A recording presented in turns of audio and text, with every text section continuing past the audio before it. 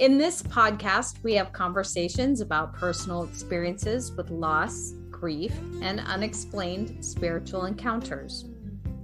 Whether it's a dream, a visit, a vision, or a newfound life after loss, we believe life and love never dies. This is Surviving Death and Dying With Trisha and Misty.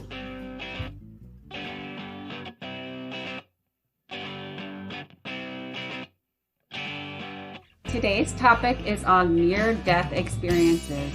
I'm sure everyone has heard of them, but do you know what they are? Do you know someone who's had one, or have you experienced one yourself? Trisha, fun fact. In college, my final exam for a speech class was to choose either informational or persuasive and then pick a topic to do it on. We had to first pitch our choice to the professor. Guess what I chose? What did you choose? I chose persuasive with the topic of existence of life after death. I bet that was hard to try to explain to her. Well, in fact, she didn't even want to approve it. She said that it would be tough for me to get a good grade for that, and maybe I should reconsider and rethink it. She tried to talk me out of it. So my first task was to persuade my professor to let me do that topic. Well, did she? When I pitched that I was going to use the study of NDEs as my proof, I was approved by the professor, but she still gave me caution that it would be tough for me to get a good grade. That'll be interesting. Okay. Well, the near-death experience is a phrase created by Dr. Raymond Moody in the 1970s, which his book, Life After Life, which we happen to be talking about today. Is that what you were referencing to write your speech on? Oh, exactly. That is exactly it, because I was also studying death and dying in college. So yes, absolutely. Wow. Well, how did the speech go? And did you pass or fail? Wouldn't you like to know? Well, thankfully, I passed. Yay! Yay! And not only did she give me an A+, but she asked me to stay after class and talk with her more about near-death experiences. Wow, that's interesting that she would want to do that after what she said before.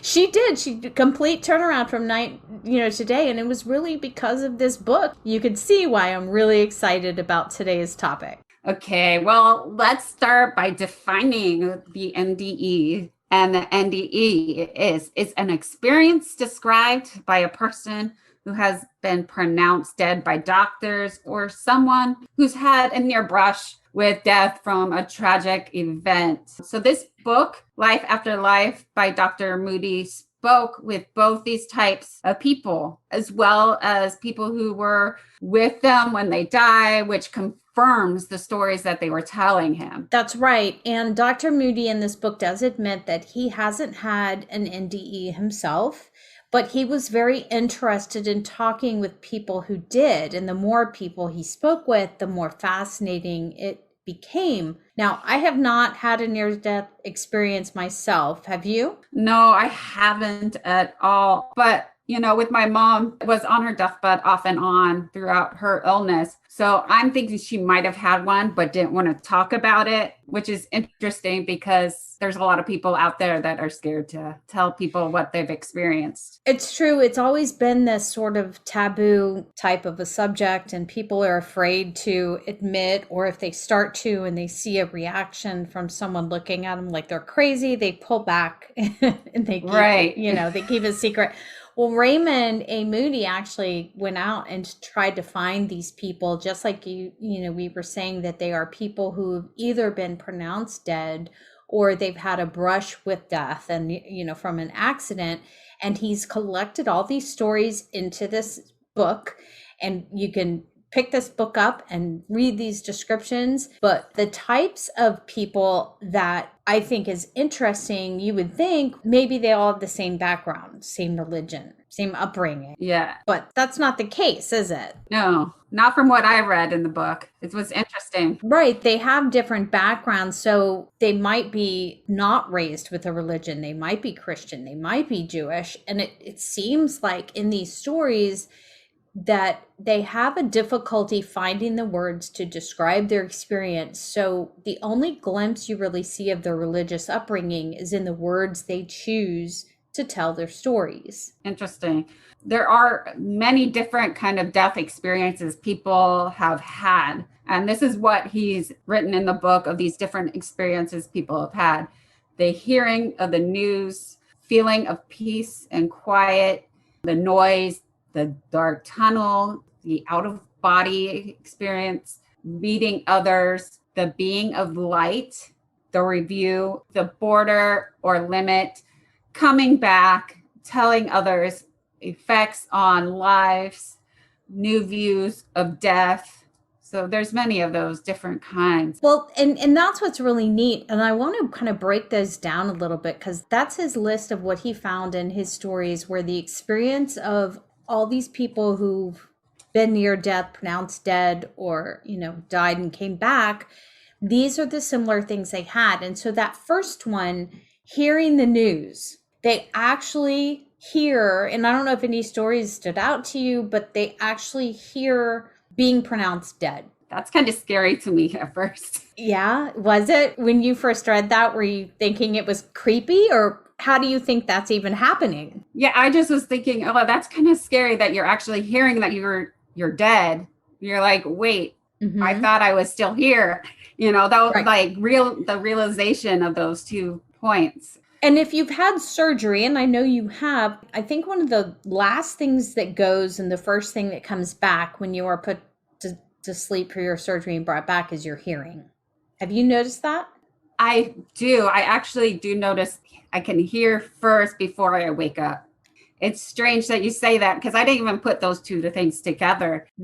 But yeah, I would hear all the nurses in the background talking, either dealing with another patient or making sure I'm still okay, checking my vitals while I'm still asleep. Right.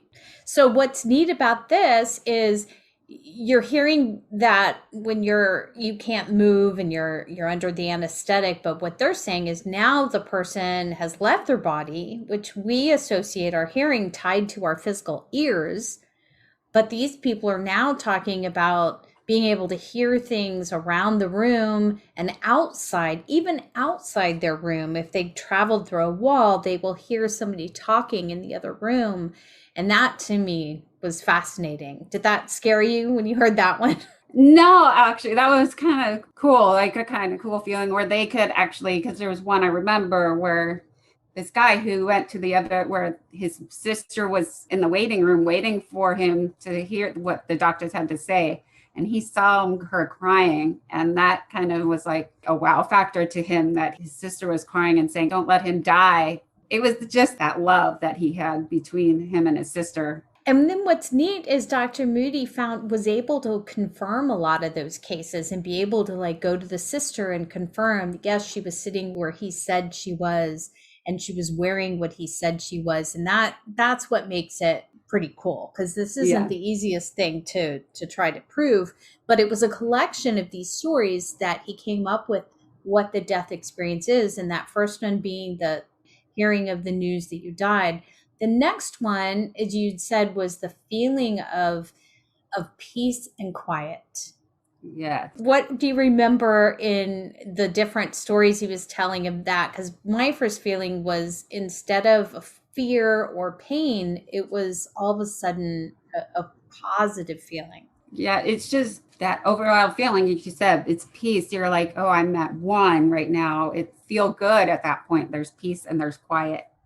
I think that was just a nice feeling to have for that one of the different stories. And I think that kind of went along too with like a release. And where I find it comforting is in the stories of someone who was in some sort of tragic accident, they went immediately from, I'm going to be in an accident to a feeling of peace.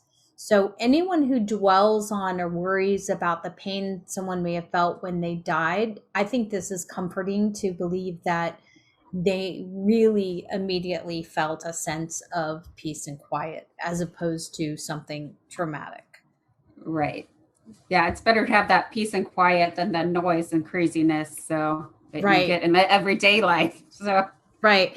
And then he did talk about hearing some kind of sound. Some people would hear music, or this one was all across the board for me. It doesn't really stand out a lot, except that he did have a lot of people report hearing something of music or a noise or a pop. And I don't know if you got more out of it. I didn't get much out of. yeah, I didn't get much out of that one, but like you said, the music was the big one for me because having most of the people saying they heard that music. So, sometimes like harps, they heard the harps. Like sometimes that could be just from your religious background where you hear the angels play the harps kind of thing.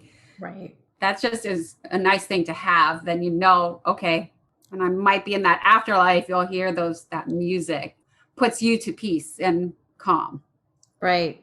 And then they would go through that dark tunnel that is so infamous. Everybody talks about going toward the light through a dark tunnel. And you would think that would sound scary, but Yeah, that sounds scary to me, the dark tunnel. But when I remember your story that you told about you and your grandma, it feels okay. It's not a bad thing, kind of thing. no, it's true. It's hard to describe that, but I can understand and relate, not having an NDE, but I've had a shared death experience, which we'll also talk about. But it is a darkness that's not scary. It's void of light. And that is a weird concept to describe unless you have experienced it. But he did point out that some people reference to the valley of death, in the prayer, though I go with you through the valley of death. And I'm probably misquoting that right now because I'm on the spot. So all the ministers out there are going to be giving me, the evil eye. But the valley of death they talk about, it's neat to hear that came from so long ago and hear now people that are getting talked to that weren't, whether they were kids or adults or raised with that or not, they all described this dark tunnel. And then the out of body experience. There was a couple of stories that, like I was talking about, even with, I'm trying to remember which one it was, but where the brother went and saw his sister, that was like an out of body experience, which I think is a great thing so you can see either your body, so you're like, okay, I am dying and this is my final goodbye to my family kind of thing.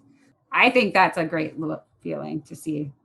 Yeah, that is cool. They did talk about being able to look back and see from a different perspective your body either being worked on by doctors or, like you said, visiting someone and traveling. So that is cool. And once they travel, then they end up, sometimes if they keep going, they meet others. And that is neat. Yeah, meeting the others, which is the other one that we were going to.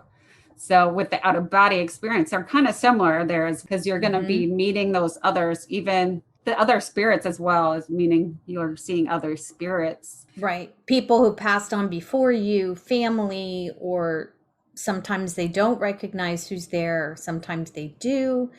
But then what I think is cool, and not as many people, it's like as we go down this list, the experience in the death moment is like not everyone gets this far, but some have gotten as far as being greeted by a being of light.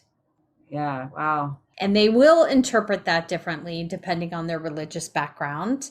Some people have said it's a Jesus or a God or just a being of light. And again, it doesn't seem to matter what their religious upbringing was. Even the people that didn't believe that there was a Jesus or a God say, well, there was this being of light. I don't know what that was. Right. They still get the being of light, which is cool. And the being of light would then guide them to the life review. What do you think about that? The life review, I think that is interesting. It's just very interesting that it goes back and you can see what you've done in the past and everything else, which seems that one is even really more cool than the other ones to me so far. What do you think? At first it does sound scary. You think, oh my gosh, I don't want to be, you hear stories of being judged and that kind of stuff. But the way he found it to be in these stories told by these people were that the life review is a very forgiving type of experience, a learning experience, and more of an acknowledgement of, oh yeah, look what you did there. Ah, that didn't go so well, did it? Okay, well, but look, you did this and that was a good thing. So I love that concept much better than being judged in a mean way of, I don't think he collected anything that made it sound like someone was condemned to hell. So that was really interesting to me, that there could potentially be a review without a harsh judgment, but you become part of the judging as a learning experience in what you did right and wrong, what you could do better. And I like that. Yeah, it's very cool. Very cool one. And the next one is the border or limit. I don't know. What did you think of that one? To me, that sounds like the stop sign, like you can't cross this line or you never go back. It's almost like, okay, humans, you can come this far, but if you go any farther, you can't go back. So there is some Right. sort of border limit that we don't have any information on because the person isn't brought back after that. But they do hear things like, it's not your time, you have to go back, you're not done. There's a point where they go back, they enter their body again, either they're aware of it or they just wake up. There's different stories he has if anyone's interested in reading what people have experienced with entering their body. But then the part like we're doing now is wanting to hear the stories and telling others. But what do you think happens afterwards, more of once they start telling others? The telling others is just, I don't know. It's just telling others is interesting as well. I mean, telling others, so there's people that don't believe, and when they're telling the others about it, or people are fascinated like we are about this kind of experience. I think it has effects on lives, being able to talk about it, finding a place to talk about it. Number one, which we discovered, you may not be comfortable talking with everyone about it. It is difficult for some people, harder for others. But then they just get new views of death because of their experience. And I think that's pretty cool. Also, these spirits that they're meeting up with could be saying, be careful of this kind of stuff coming up. Just those different things of like, oh, this was great. This was what happened in my life. And it's a good thing. When you're thinking, oh, it could be bad, but they come back and tell you it's a great thing to have experienced. Yeah, I think it's really neat. I am going to want to see what the recent stories are that there are. But in this book, I know that there was one that in particular that stuck out to both of us that you wanted to talk about. The story, where the man who was about to face an operation where he had little chances of surviving, and he wanted to write a letter to his wife and his nephew that they had adopted together. Do you remember that story? Yeah, it was very compelling story. You were saying because he was so worried about his wife having to raise the boy on his own that he decided he wanted to write them some letters that they would find after the operation or after he would die. But he started to cry. What happened? Let's hear it from him. You have that bookmark, don't you? Yes, I do. So I'm reading this straight from the book. What it says is, Jack, why are you crying? I thought you would be pleased to be with me. I thought, yes, I am. I want to go very much. And the voice said, then why are you crying? I said, we've had trouble with our nephew, and I'm afraid my wife won't know how to raise him. I'm trying to put into words how I feel, what I want her to try to do for him. I'm concerned too, because I feel that maybe my presence could have settled him down some. Then the thoughts came to me from this presence, since you are asking for someone else and thinking of others, not Jack, I will grant you what you want. You will live until you see your nephew become a man. And just like that, it was gone. Wow. So that was just very very interesting to me. He was not thinking of himself, so they granted him to stay alive after this operation instead of what was supposed to happen when he was supposed to die on the operating table. And that is a lesson right there. If you want to, if you believe in karma or purpose or intent, that if you've got that right out of your heart, good intent, good things will happen. And here's why. Yes. And if you're one who wants to believe in miracles, even to me, this is a glimpse of how a miracle works. Yes, most definitely, because he was so true to himself of what he felt and how he felt about his family and how he wanted to help them, not help himself, but he wanted to help them, which is not very common in this world today. No, it's true. And it looks like he was being rewarded for that. So that's great to know. Yes. So if you ever get to that point and you have that presence with you, be kind, not just to yourself, be kind to others. And it will pay off. Yes. It will pay off. I definitely believe that. And I'm looking forward to digging up some new and recent studies and stories on near-death experiences. I know that a lot of people listening, may not believe like we do. They might be curious, and that's fine. To our listeners, you can interpret these stories, and to the readers of these books, he even says, interpret these stories however you like. It's hard to have evidence that's concrete, but hearing personal stories from people that didn't collaborate and say, hey, let's say this, they're all different, they're all unique people, but they're saying the same thing. That's kind of compelling. Yeah, that's interesting too, because like you said, one person on the side of the country is saying one thing and another person on the other side of the country is saying similar thing as what this other person is saying. And you're like, wait, okay, so there is some similarity and they don't know each other. Right. And that means something. Yes, most definitely. I'm like, you don't hear of that often. You can't do an x-ray or a blood test to figure, out that what they're saying is true or not. But if you get enough people around the world who've had a near-death experience, been pronounced dead or a brush with death, and they're telling the same story, how can you ignore that? Right. You can't really, to me. So. Yeah, to me, it makes you want to, and I think this is what Dr. Moody did, was it makes me want to learn more and hear more and go, okay, what else is out there? Yeah, like you said, you want to get the more recent books that have been written closer to more our time, I'll say, to hear what they're saying, because I think they're going to be very similar to even what we've read now in this story. Absolutely. There are people that do believe that some of these experiences are from lack of oxygen to the brain, hallucinations. Non-believers or skeptics, it's okay. Yeah. It's okay to have that feeling and belief, because they all believe different things, and that's fine. And I think you're right. The skepticism is good. It's good to question. Absolutely. We encourage people questioning what you're hearing, and we understand that there's got to be, there are people who want to know there's got to be a science behind it. There has to be a physical cause, and that's okay. Right.